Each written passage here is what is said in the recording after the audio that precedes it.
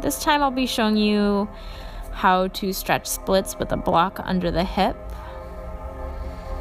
Totally optional. You can even stack 3 blocks on top of one another if that works for you. So with the block, I am setting my left hip on the block, but allowing room for the right hip to square itself. So the block is only under my left thigh or my left hip.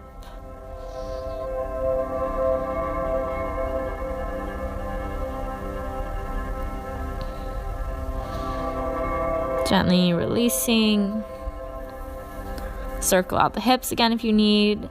It's time to move on to the right side. Taking whatever variation you did on the left.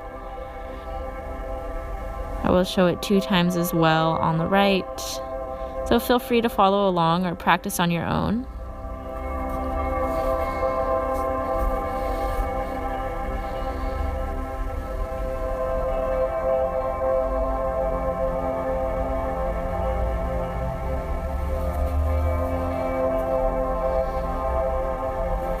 And when I say square the hips, when the right leg is forward and the left leg is back, as we're practicing now, squaring the hips would mean pulling the right hip back, pushing the left hip a little forward. A lot of times it's a tendency to open the hips towards the side of the room, but with front splits, we want everything square to the front.